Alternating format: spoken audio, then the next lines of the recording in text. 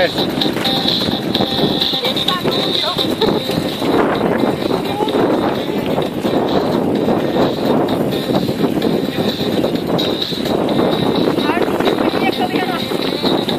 İşte yarış bisikletçinin yoruluş anı.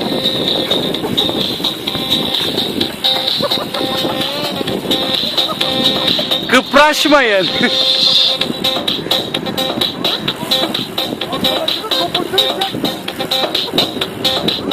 Kameralar yanından geçiyorum ona göre. Geç. Şu an çekimdeyiz.